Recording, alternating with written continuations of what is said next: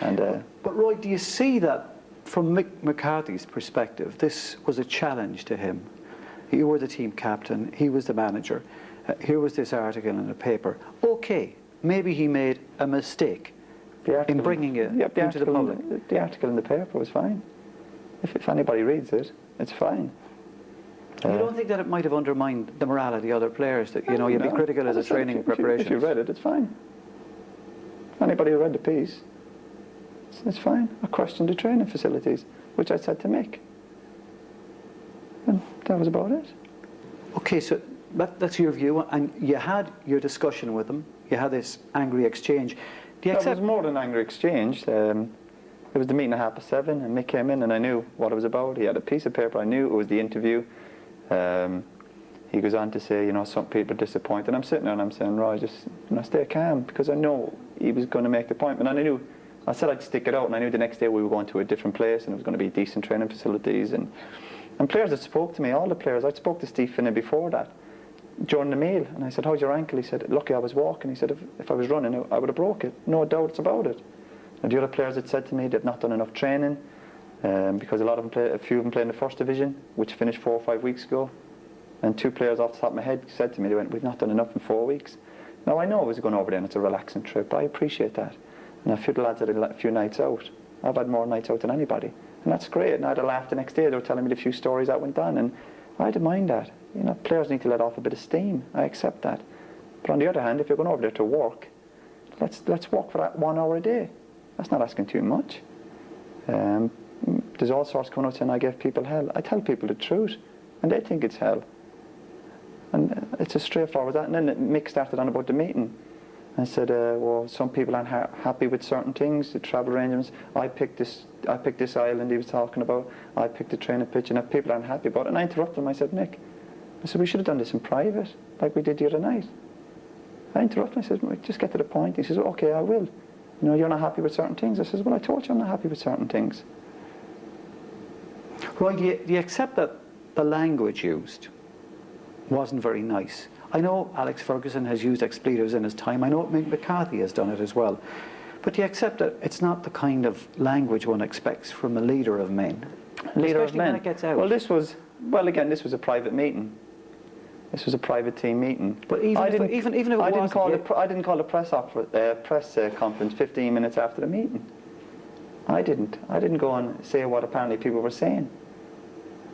But how about the actual language itself? Do you accept that it wasn't very complimentary to Mick McCarthy, and that he was justified in feeling hurt by it? Justified in questioning my loyalty to my country. Asking the lads in front of me, saying the Iran match, I faked an injury, when he spoke to my manager in front of me. He knew I wasn't right. I spoke to him, Alex Ferguson, on a Sunday morning. I hadn't played for 3.5 weeks. I played on the Saturday, we won 2-0. The manager said, right, that's a positive result. The flight, you hadn't played for 3.5 weeks, it wouldn't be good for my knee. That was the medical advice I had. Mick Byrne, the physio, came to my room the Saturday night. I told him it was a little bit sore. The Sunday morning, Alex Ferguson rang me, and Mick was there, and I said, look, the manager wants me to go back because he classed it 2-0 as a good result. And Mick said, right, thanks for coming over. We knew you weren't quite right. He said that to me, and I said to him at the meeting, I said, you're a liar. But I'm still trying to stay calm at this stage.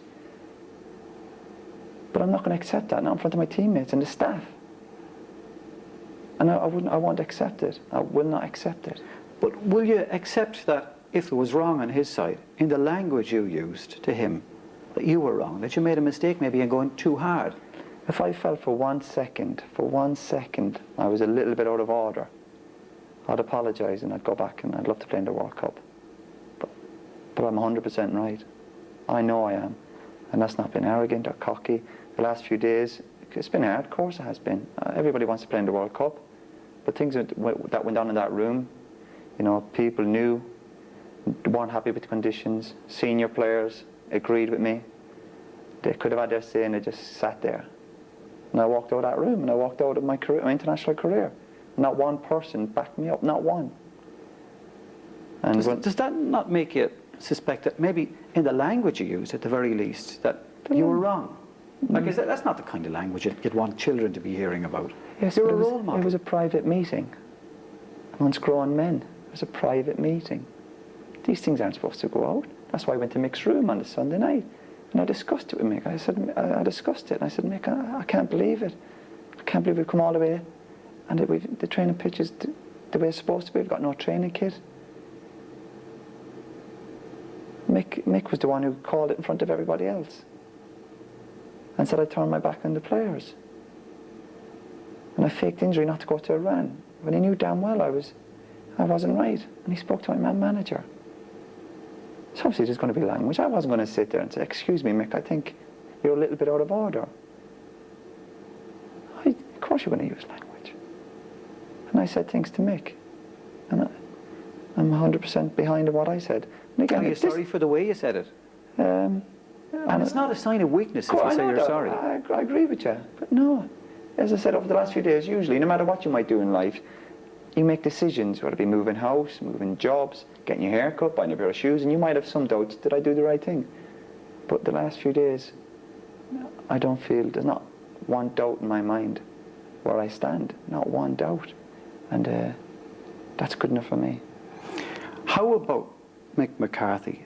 There's a view in Ireland that he's an honest man, that he's a decent man, that as a footballer he was always honest, he always did his best. Do you go along with that view about him? Well, Mick's obviously had a very good career and he's done very well. And I personally wouldn't say I know Mick that well, you know. All I know is the dealings I've had with him. And to be fair, over the few years, my relationship with Mick, he's been very understanding in certain situations.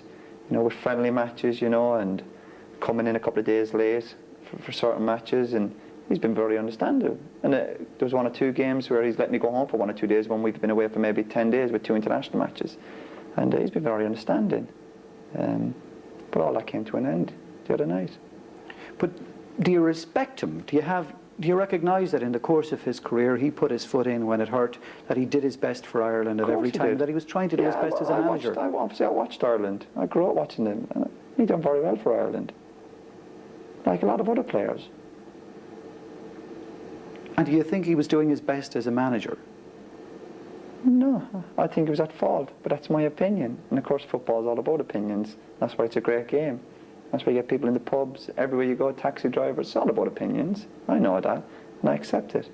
But I'm entitled to my opinion. I know, but we're not talking about how good he was. We're talking about his sincerity and his integrity in trying to do his best. Because that's the perception most Irish people have of Mick McCarthy, that he does his best. Well, he probably does do his best. You know, sometimes in life it can be very ironic, because it's said that one of the first rows you had with him was when you were a younger player, and when he bawled you out of it after you went out late. That's according to accounts I've read, accounts in which you've been interviewed. And do you not see the irony that here you are crossing swords with McCarthy, because one of the things that's annoying you now is maybe that fellas were going out late at night and maybe taking things too lax? No, that didn't annoy me. I just said players need to go out and enjoy themselves. I heard them coming in 5, 6, 7 in the morning, and the next morning they told me all about it. It was great. And good luck to him. Good luck to him. I haven't got a problem with that. People make out I'm a loner and I lock myself in my room. I think I'm very approachable. A lot of the Irish lads I've spoken to, a lot of them have approached me, and I'm always willing to give people advice. But as I said, I've had my nights out, but I was getting ready for a World Cup.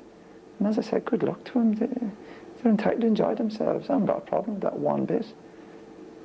I spoke to Mick, I remember we got there and there was a barbecue arranged on the Monday night with the press. But that's not my scene. That's not my scene. I said it to Mick. You know, there's people in the press I've had disagreements over the years.